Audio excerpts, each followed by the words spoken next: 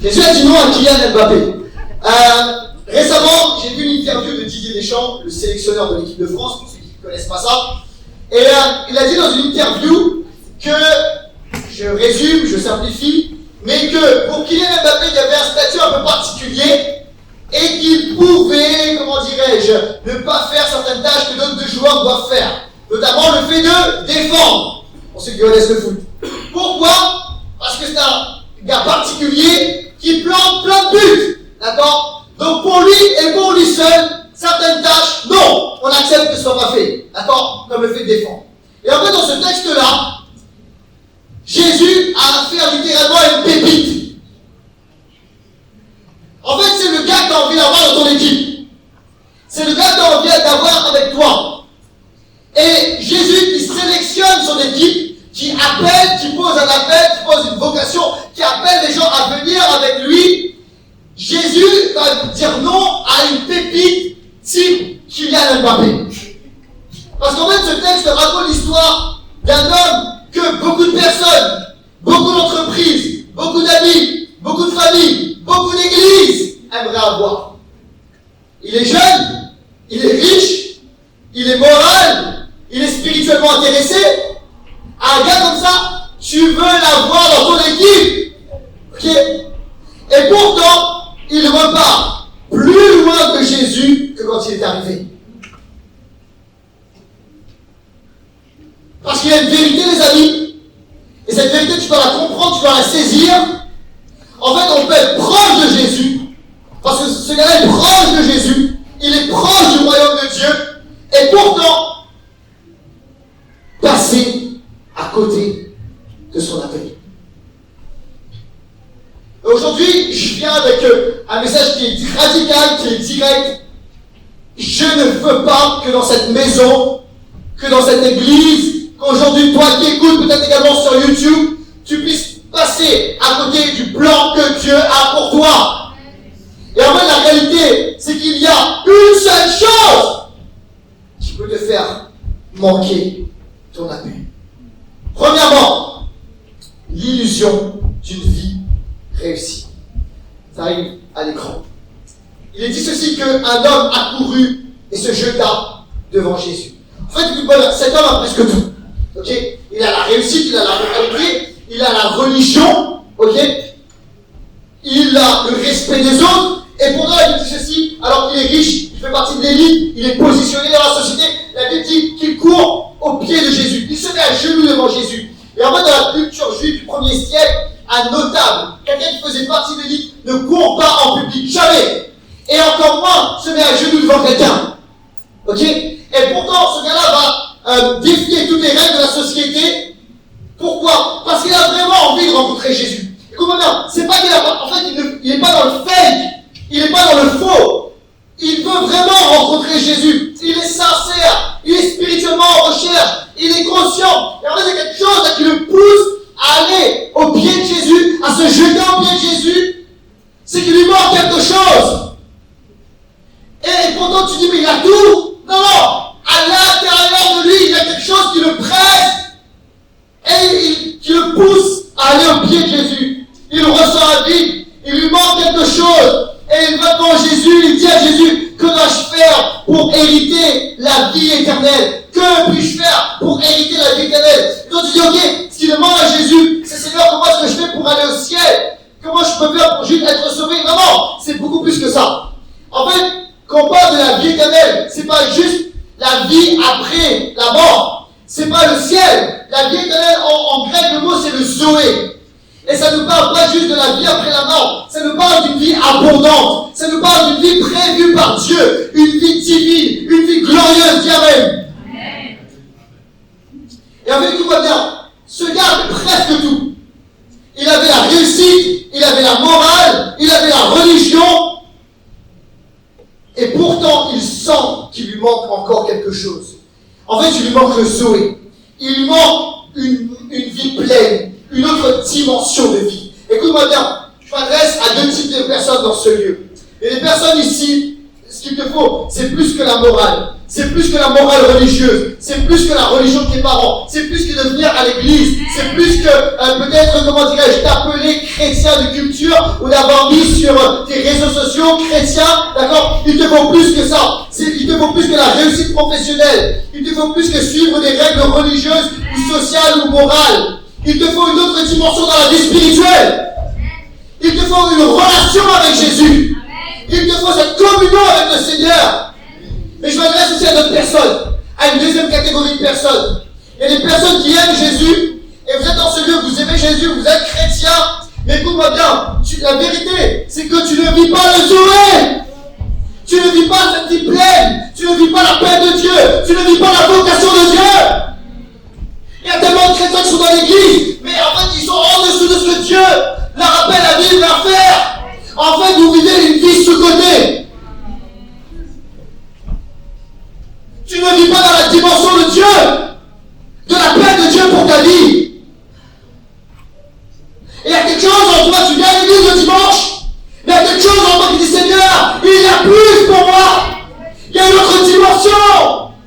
Et c'est ce qui pousse ce gars-là à sortir des règles sociales et d'aller au pied de Jésus. Comment? Et de dire Jésus, qu'est-ce que je dois faire pour hériter, pour entrer dans ce Zoé, dans cette vie extraordinaire et abondante? Et alors Jésus va faire quelque chose. Jésus va faire preuve de pédagogie.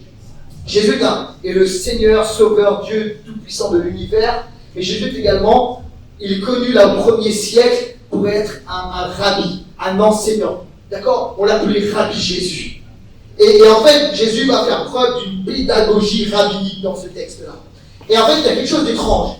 Écoute-moi bien, Jésus va lui poser un tas de questions. Il va dire, ok, est-ce que tu es clean là-dessus? Coché. Est-ce que tu es clean là-dessus? Coché. Il va lui dire, ok, tu connais la parole, tu connais les commandements, ne tue pas. Ok, c'est le coché. Ne vole pas. Ok, coché. Ne commets pas d'adultère. Ok, coché. Honore tes parents. Ok, coché. Ok. Et en fait, écoute-moi bien, il y a quelque chose d'étrange. Jésus va citer seulement certains commandements. Ce qu'on appelle les commandements horizontaux. Horizontaux. Ok. Il va uniquement parler des commandements qui concernent les relations humaines. Ok? En fait, écoute-moi bien. Dans les 10 commandements, il y a deux parties. Il y a deux tables, il y a deux catégories. Il y a les commandements verticaux, il y a les commandements horizontaux. Horizontaux. Merci. Et en fait, les verticaux, ça nous parle de la relation avec Dieu. C'est les premiers commandements. Et après, les autres commandements, la verticalité, dans l'horizontalité, pardon, c'est la relation avec les hommes, avec l'être humain. Et Jésus va lui poser uniquement des questions au sujet de ses relations avec les êtres humains. La question c'est pourquoi est-ce que Jésus fait cela? Jésus fait cela pour amener cette réalité.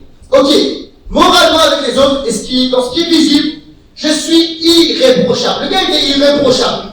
Et il dit, dès ma jeunesse, très jeune, je suis totalement clean à ce sujet. D'accord? Et les gens sont au courant de cela. C'est un gars qui avait une bonne réputation, très certainement.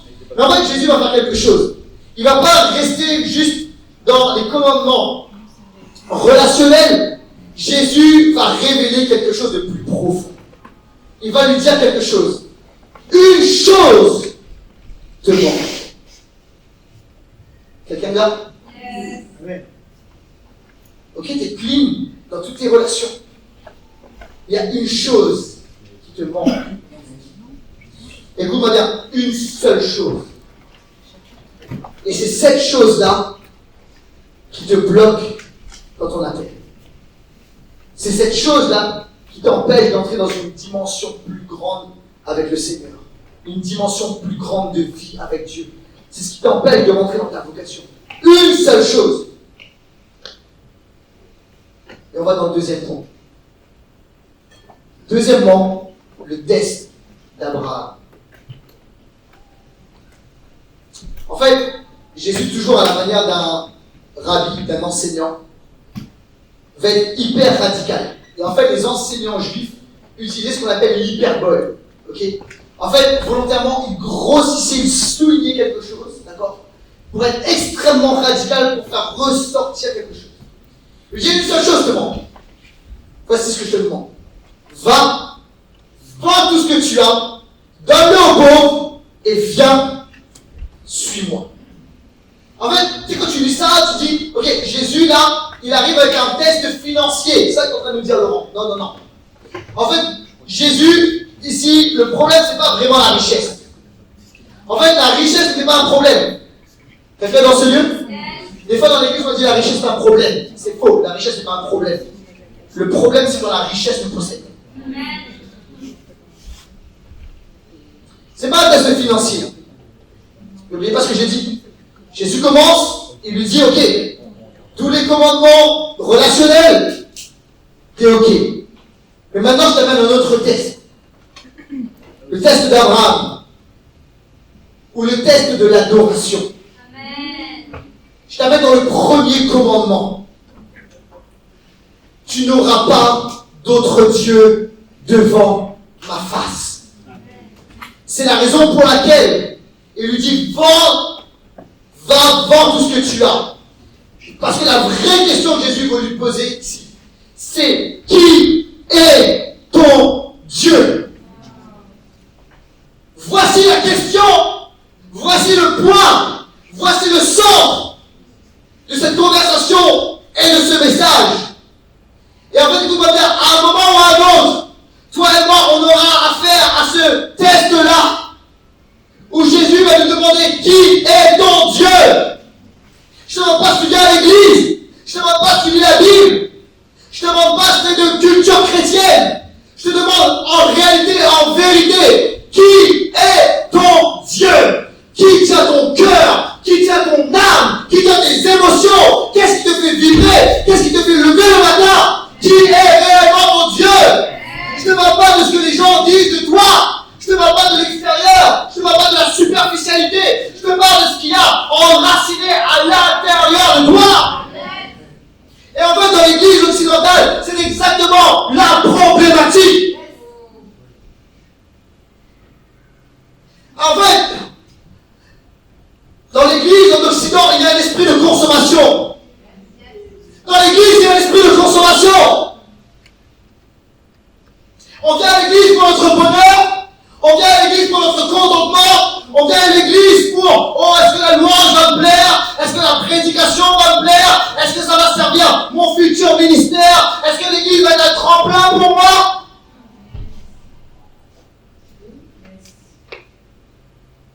C'est un fléau en Occident.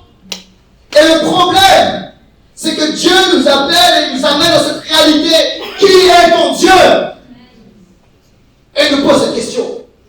Et en fait, ce test-là, c'est le test d'Abraham parce que c'est ce qui s'est passé avec Abraham. Et en fait, depuis des millénaires, Dieu arrive et il pose cette question aux croyants, aux êtres humains, ses enfants. Qui est ton Dieu? En fait, c'est pas de savoir ce qui était généreux ou pas. Il voulait savoir ce qu'il y avait vraiment dans son cœur. En fait, il dit, je veux que tu renverses cette idole. Alors le test d'Abraham, c'est quoi ça? Deux hommes, il y a un parallèle. Et on va regarder tout ça. Deux hommes bénis et riches.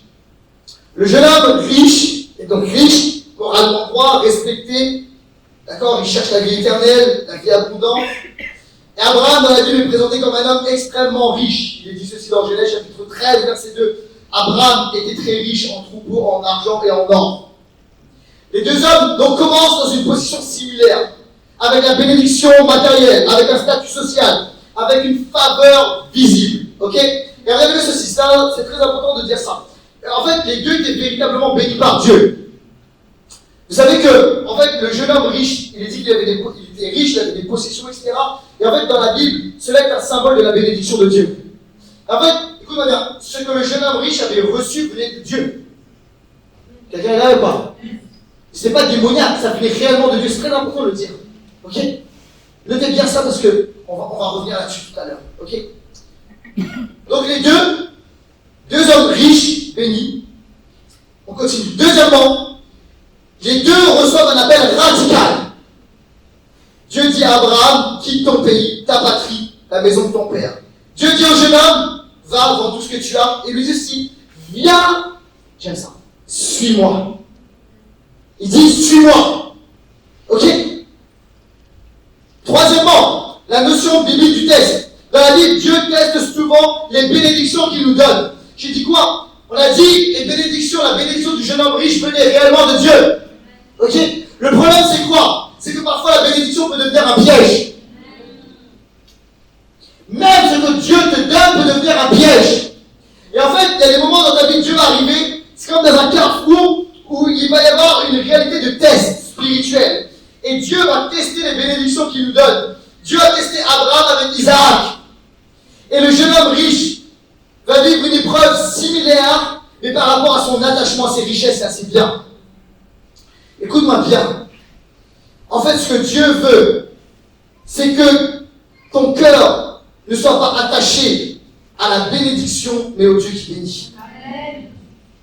Et le problème, c'est que même la bénédiction de Dieu peut devenir une idole et t'empêcher de servir Dieu. Quatrièmement, la différence fondamentale. Regardez bien la réponse. Abraham, il dit ceci dans Genèse 12, 4. Abraham partit comme l'Éternel le lui avait dit. Le jeune homme riche s'en alla tout triste. Réponse différente.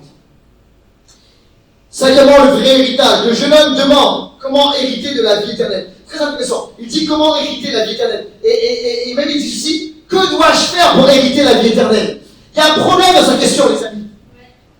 Que dois-je faire pour hériter de la vie éternelle? En fait, on n'a rien à faire pour hériter.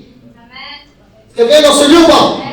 En fait, il suffit d'être fils ou fille et en fait, on reçoit l'héritage. Le problème, c'est qu'il est dans une dimension, il est dans comment dirais-je, un mindset, une mentalité de performance. Et il dit, je dois performer pour hériter. Non, tu ne dois pas performer pour hériter, tu dois avoir la foi pour hériter. Parce que c'est par la foi que nous devenons enfants de Dieu. Et Abraham est le père de la foi, quelqu'un dit amen à cela. Abraham n'était pas plus fort, meilleur que les autres. Il est dit qu'Abraham a cru Dieu. Il a cru Dieu. Et parce qu'il a cru Dieu, c'est là lui a été, il y a eu un bénéfice par rapport à cela. Donc il dit comment hériter la vie éternelle, mais Abraham est justement l'homme de l'héritage biblique. Comment est-ce qu'il est arrivé? Il a hérité des promesses de Dieu, une descendance sur terre, une bénédiction, la bénédiction pour les nations. Et comment il dit, en fait, comment faire pour hériter? Quand un juif à l'époque dit comment faire pour hériter, il faisait référence à la bénédiction d'Abraham. Comment je fais pour recevoir cette bénédiction-là? Que dois-je faire? Tu dois croire en l'héritage, vient par la foi et non par la performance. Quelqu'un a dit amen à cela.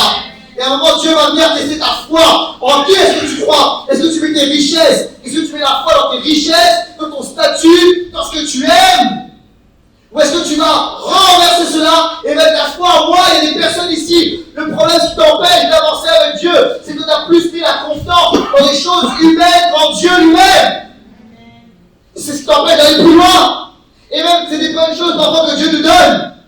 C'est des bénédictions, mais maintenant qui sont un piège qui t'empêchent d'avancer. 6. Le transfert de sécurité. Abraham, lui, va abandonner sa terre, sa sécurité, sa culture, et il est même prêt à sacrifier son fils. Dieu l'arrête. Il dit non, parce que Dieu ne sacrifie pas les enfants, l'Éternel ne sacrifie pas les enfants comme des dieux païens. Il arrête. Mais il était prêt à cela parce que tant il avait confiance en Dieu. Et la Bible nous dit que dans Hébreu, il croyait que Dieu allait ressusciter Isaac. C'est la raison. En fait, il avait tellement foi en Dieu, il dit même si je le sacrifie, Dieu va le ressusciter. Il avait une compréhension extraordinaire, non pas parce qu'il était plus fort que les autres, mais parce qu'il croyait Dieu, il avait foi en Dieu, les amis.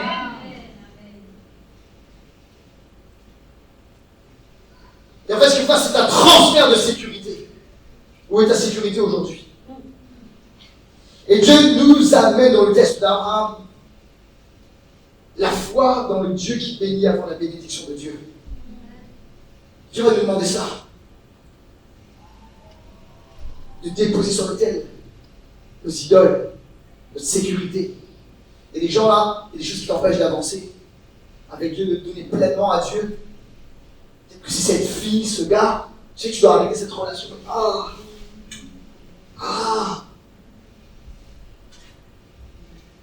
Peut-être que c'est un statut. Peut-être que c'est une sécurité. Il y a des gens, peut-être même si c'est ta famille. Les choses qui t'empêchent d'aller 100% avec Jésus. Et ça te dit maintenant, viens, c'est le temps du test d'Abraham. Et c'est la seule chose qui peut te faire manquer ton appel et ta vocation.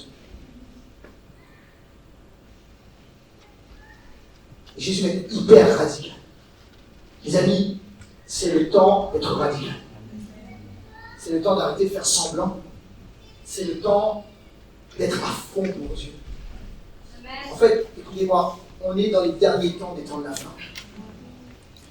Et on n'a plus le temps de jouer une mascarade, de jouer à l'église, de jouer à la vie chrétienne. Parce que lorsqu'on sera devant le trône de Dieu, tout ce qui tiendra, il n'y aura plus de masque. Il y aura un cœur à cœur. Et le Seigneur connaît chaque cœur. Il connaît notre cœur en profondeur. Et écoute-moi bien, ce que je te dis là, ce n'est pas pour faire peur, parce que ça ne te demande pas d'être parfait, il ne te demande pas d'être performant. Non, non, non, pas du tout, absolument pas. Le Seigneur, ce qu'il va regarder, c'est est-ce que tu as eu la foi? Est-ce que tu m'as mis en premier? Tu as raté les choses? T'as manqué parfois? Écoute-moi bien, peut-être que des fois tu as manqué de sagesse, mais est-ce que tu m'as cru? Écoute-moi bien, c'est la raison pour laquelle, c'est quoi, Dieu n'a jamais lâché Abraham. Il a fait des erreurs, il a menti, il a mis une fois sa famille en danger. D'accord? Et la raison pour laquelle Dieu ne l'a jamais lâché, il est appelé le Père de la foi. Pourquoi? Parce qu'il a continué de croire Dieu jusqu'au bout. Et en fait, ce que Dieu veut, c'est une foi radicale. Des conversions radicales. Pas les demi-conversions. On n'a plus le temps avec ça. Aujourd'hui, l'impulsion de mon cœur, c'est de bâtir que les gens qui sont convertis radicalement à Jésus. Sinon, ça s'appelle un bain. Tu peux prendre un bain à la maison. Et une conversion radicale. Dire non au monde, dire non au péché, dire non à Satan, fermer la porte, couper ce qu'il faut couper. Au nom de Jésus, une conversion radicale. Il y a des trucs que je ne peux pas comprendre, les amis. J'ai l'impression que, pourtant, j'ai que 25 ans, je ne comprends pas. J'ai l'impression qu'à mon époque, il y a des trucs, je me dis, comment ça se fait aujourd'hui? Qu'est-ce qui se passe? La fois, je parlais, ça n'existait pas à mon époque. Quand tu donnes ta vie à Jésus, direct, il y a des trucs, arrête, direct, radical. Moi, je suis arrivé, je donnais ma vie à Jésus. Dans l'arbre, Jésus. Tu sais, pourtant, non, je suis pécheur, vraiment pécheur, mais tu sais, j'avais pas. Peut-être j'avais été trop jeune pour faire encore toutes les dingueries que j'avais en tête. Tu vois ce que je veux dire? Ok? Jésus m'a arrêté avant. D'accord? Et quand j'ai donné ma vie à Jésus, j'ai pleuré les larmes de mon corps. J'ai dit, Seigneur, pardon, je suis un pécheur. Que je suis rentré à la maison, il y a des gens ici, vous savez pas ce que c'est. J'avais des CD. Vous savez pas ce que c'est pour ça, des CD, d'accord? Ok? J'avais des CD, je dis, c'est impossible. Plus jamais j'écouterai ça, cette musique. Plus jamais j'écouterai ça. C'est impossible. Je peux plus mettre ça dans mes oreilles. Je peux plus laisser ça rentrer dans mon cœur. C'est pas possible. J'ai cassé tout cela. Et je vais pas dire, ok, je vais mettre dans un coin, etc. Tu sais, parce que non, on connaît les histoires, tu mets dans un coin. Tu vois ce que je veux dire? Tu vois? Ou je les donne, c'est pas bon pour toi, c'est pas bon pour les autres. Tu les casses. Je peux plus écouter ces musiques-là. Je peux plus regarder certains films. Je peux plus avoir certaines fréquentations. C'est là ou pas? Toi, il y a des numéros là, tu dois arrêter, tu dois supprimer. Et tu le sais. Ok? Et les personnes sur les réseaux sociaux, tu dois supprimer. Il y a des endroits où tu ne dois pas y aller. En fait, c'est des conversions radicales. Et Jésus aujourd'hui il appelle la radicalité. Qu'est-ce qui prend ton cœur? Et tu dis, non, j'ai pas envie, c'est une idole. Et Jésus te dit, écoute-moi bien, va vendre tout ce que tu as. Ok, moi, c'est pas les richesses, non, tu as bien compris, va vendre tout ce que tu as. Supprime-le, enlève-le. Fais ce que tu veux là, enlève ça de ta vie. Tu vois? Et c'est ça que Jésus veut. C'est la raison pour laquelle les gens sont ballottés parfois. Tu comprends pas? Il y a un pied avec Jésus, un pied en arrière, tu vois? Mais Jésus, tu peux être une pépite, hein? Tu peux avoir tous les talents que tu veux. Tu peux être extraordinaire. Écoute, maintenant, je te l'ai dit, Jésus a dit non à un Kylian Mbappé. Il a dit, tu peux être aussi talentueux que tu veux, tu peux être aussi bon que tu veux, tu peux avoir tout ce que tu veux. Tu ne peux pas rentrer dans mon équipe, ce n'est pas à 100% pour moi. Et si tu lui parles de l'exigence de mes commandements à 100%, je ne dis pas la moitié, il avait vécu la moitié, l'autre moitié, il ne la vivait pas, le gars. C'est ça le problème. Il a choisi les commandements. Jésus a été bon, hein, vous êtes la pédagogie, ok, il a commencé par la fin, parce que je sais que cette moitié-là, tu assures, il n'y a pas de problème. Mais la première moitié, je te parle là des idoles que tu as dans ton cœur. Et là, Jésus va en profondeur. Et juste, tu ne viens pas dans l'équipe, ce n'est pas 100% pour moi. Mais écoutez-moi, des fois on s'illusionne. Tu sais, On s'illusionne. On prend Jésus, tu sais, pour un hippie. Peace and love. C'est les gens qui voient Jésus juste comme un hippie. Peace and love. Tu vois, on ira tous au paradis. Oh, nice.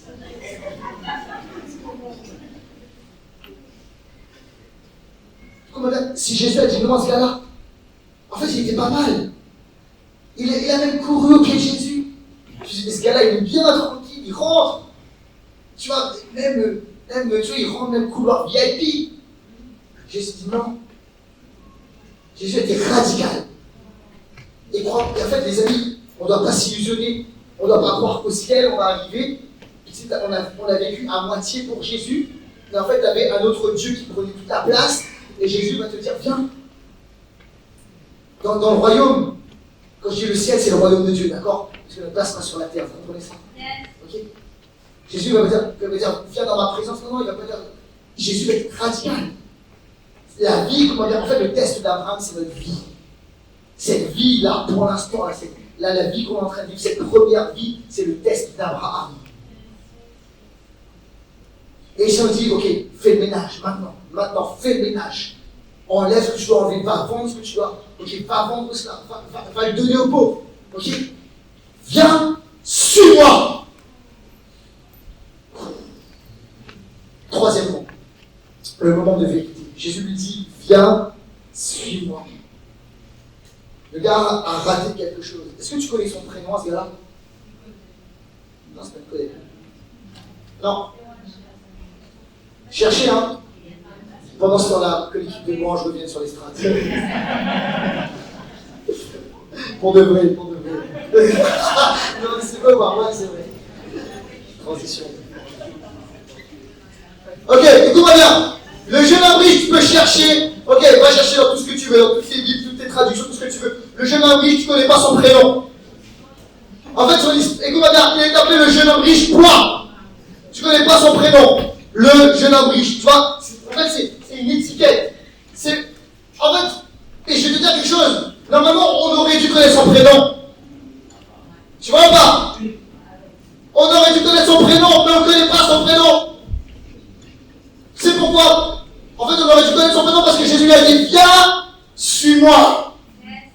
Ce que Jésus voulait, en fait, il disait ceci, deviens un de mes disciples. Deviens un de mes apôtres. Marche avec moi.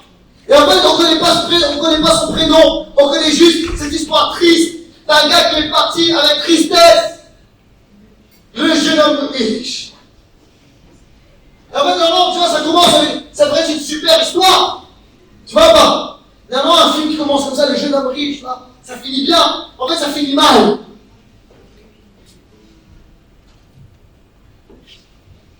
Il a raté son appel, ça je peux dire. Il a raté sa vocation, celle de devenir un disciple, un apôtre de Jésus-Christ. Et il est dit ceci, son visage, où l'homme parti a assombri, son visage s'assombrit. Quand je dis ça s'assombrit, c'est devenu sombre tout d'un coup. Il y a les ténèbres. Et en fait, tu vois, moi je suis sûr de cela, quand ça nous parle de cette réalité, ça s'assombrit. Et en fait, le mot en grec, c'est même, la racine, c'est la haine. Il a eu même comme un rejet, une espèce de haine à ce moment-là. Il y a eu comme quelque chose de... Oh là là, les amis, tu sais quoi?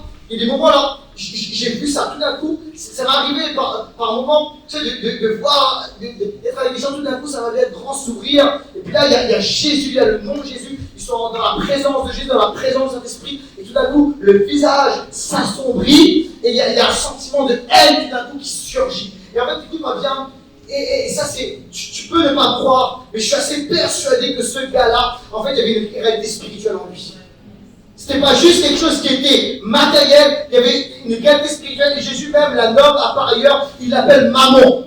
Et en fait, cet homme-là était littéralement, comment dirais-je, possédé, saturé par Mammon. Il était en présence de Jésus, et il dit son visage s'assombrit. L'obscurité est arrivée sur lui. Et en fait, on crée même une haine, un rejet de Jésus à ce moment-là. Une haine envers Jésus. Et j'ai vu les personnes, tout d'un coup, ça les fait un rejet. Des gens commençaient à s'assombrir, le visage sombre, etc. Parce que son cœur était pris par maman. Mais tu vas me dire, en fait, ce dont il avait besoin, c'est de délivrance. Il avait besoin que Jésus l'aide à travers une délivrance. Non, écoute-moi bien, tu ne peux pas te délivrer écoute-moi bien, tu ne peux pas délivrer quelqu'un qui ne le veut pas. Tu ne peux pas, tu peux faire ce que tu veux. Tu as beau crier au nom de Jésus, tu peux sortir l'huile d'onction, tu peux appeler 20 intercesseurs, ok, d'accord? Écoute-moi bien, tu ne peux pas délivrer quelqu'un qui ne veut pas. Ok? Je vais te dire ceci, il y a des gens qui sont bien avec leurs démons. Ils aiment ça. Tu peux faire ce que tu veux. Tu ne peux pas aider quelqu'un qui ne veut pas t'aider. C'est pourquoi Jésus l'a laissé repartir. Ok? Il y a des gens qui vont venir, qui vont accepter Jésus, et des gens qui ne l'accepteront pas. Écoute-moi bien, le message de Jésus ne changera pas. On ne va pas mettre de l'eau dans notre message. On ne va pas diluer le message. On va prêcher radicalement. Quelqu'un a dit amen à ça. On va avancer l'évangile radicalement. On va tenir cette église radicalement. Quelqu'un a dit amen à ça. On va dire la vérité aux gens, avec grâce et vérité. On va se tenir en vérité. Qu'ils viennent ou qu'ils partent, on va se tenir dans la vérité de la parole de Dieu, avec la radicalité de la parole de Dieu. Parce que nous sommes dans ces temps-là, le péché frappe radicalement. Nous allons annoncer l'évangile de Jésus-Christ radicalement. Quelqu'un a dit amen à ça. Jésus a touché l'idole dans son cœur. Il a touché l'esprit qui était en lui. Chaque personne, il y a des personnes potentiellement, il y a des idoles. L'argent, la réputation, le contrôle, la sécurité, le pouvoir, la gloire, l'ego, le sexe. Les choses qui doivent être déposées maintenant au nom de Jésus. Écoute-moi bien. Si tu déposes, si tu renverses, si tu suis Jésus, il n'y a rien qui peut arrêter l'appel de Dieu sur ta vie. Rien. Ce que Dieu veut, il ne veut pas que tu sois parfait. Il veut que tu dises oui. Un oui radical. Et déjà, si vous avez besoin de retrouver votre radicalité pour Jésus, vous avez besoin de retrouver votre radicalité pour Jésus. Arrêtez de tourner en rond, arrêtez de clocher de pieds, arrêtez. 100% Jésus maintenant. Et il n'y a rien qui va de ça. Jésus veut ton oui. Je me souviens, et je finis avec ça. À l'âge de 14 ans, j'ai dit oui à Jésus. Pour l'appel de Dieu. J'étais dans un camp de jeunesse. J'avais parlé depuis un temps. Et moi, tu sais, j'avais pas de background chrétien. J'avais pas d'arrière-plan chrétien. Mais je lisais la parole de Dieu. Je lisais la Bible. Je venais donner ma vie à Jésus.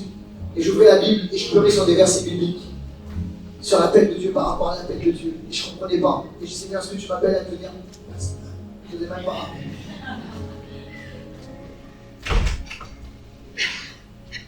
Et je dis, Seigneur, pardon pendant ce camp de jeunesse. Je fais la version courte. Et j'ai demandé à Dieu de me parler à un moment très précis de ce camp. Et le Seigneur m'a parlé à ce moment très précis du camp. Je me souviens, j'ai dit, Seigneur, c'est cette réunion-là, je veux que tu me parles de cette réunion-là. Avant, il ne m'a pas parlé, après, il ne m'a pas parlé. Pendant cette réunion, précisément, Dieu m'a parlé. Le pasteur se lève et il dit, c'était un matin, et il dit, Dieu m'a parlé toute la nuit. Et il me dit, il y a des jeunes ici, Dieu vous a appelé au ministère, il vous a appelé à le servir en tant que pasteur. En fait, il pouvait s'arrêter là, et pour moi, c'était bon, j'étais prêt à lever ma main et à courir, devant, à dire, Seigneur, me voici. Et qu'il a fini son message, c'est exactement ce que j'ai fait. J'ai répondu à l'appel de Dieu. Écoute-moi bien, le temps est passé. Quand tu dis oui à Dieu, tu dis Seigneur, peu importe ce qui se passe, je te donne ma vie, je veux servir ton nom, je veux servir ta cause. Écoute-moi bien, Dieu va faire concourir toutes choses. Dieu va arranger toutes choses. Et l'appel de Dieu va venir sur ta vie. La vocation de Dieu va venir sur ta vie. Écoute-moi bien, la seule chose, c'est de dire Seigneur, je place quelque chose à ta place, je te dis non. Et si tu dis oui à Dieu, Dieu va aligner toutes choses. J'arrive à l'université, je suis à la fac, et je suis en première année à la fac, et je veux servir Dieu à l'université. Et je parle à une fille d'église qui est vraiment jolie, gentille. Seigneur, si tu as quelque chose, c'est normal. Ça s'appelle Claire. Et je dis, tous les deux, on est à la fac, pas dans la même fac, malheureusement. Et j'aimerais bien faire un truc à la fac, évangéliser. Et là, elle me dit, mais je connais quelqu'un. Je l'ai connu quand c'était mon moniteur. quand je faisais des camps jeunesse. Et je crois qu'il est maintenant sur Paris. Et il faisait des choses au niveau des étudiants. Tiens, je te donne son numéro. Okay, et elle donne son numéro de téléphone. Sauf que je me souviens, c'était sur un petit papier. Et je prends ce petit papier, ce petit post-it, et je le mets quelque part dans ma chambre, tu vois, chambre de jeune. Et alors moi, je ne sais plus où se trouve ce papier, et j'égare ce papier. J'oublie d'appeler. Et 1 an plus tard, je retrouve ce petit papier dans ma chambre, ok? Et je vois ce numéro. Et je me dis, mais tiens, à l'époque, quand je suis jeune, hein, j'ai que 25 ans, mais quand même à l'époque, on changeait souvent de numéro de téléphone. Il n'y avait pas la portabilité. Dès que tu changeais d'opérateur, tu changeais de numéro de téléphone. On changeait souvent de numéro de téléphone. Et là, 1 an plus tard, je me dis, mais je pense qu'il doit avoir changé de numéro de téléphone, très certainement. Et je dis, bah écoute, j'avais quand même à cœur de faire quelque chose, d'évangéliser la fac, les étudiants. Et je vais quand même essayer. Alors je prends le numéro, et puis j'appelle, et là, je tombe sur quelqu'un. Ça répond. Bonjour, j'ai eu ton numéro, votre numéro, je crois que je vous vois.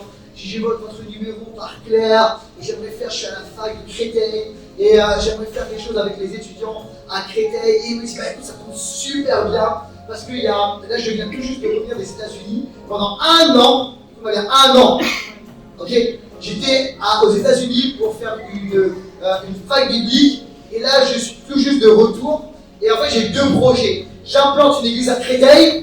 Et la deuxième chose, c'est qu'on m'a donné la mission, j'ai été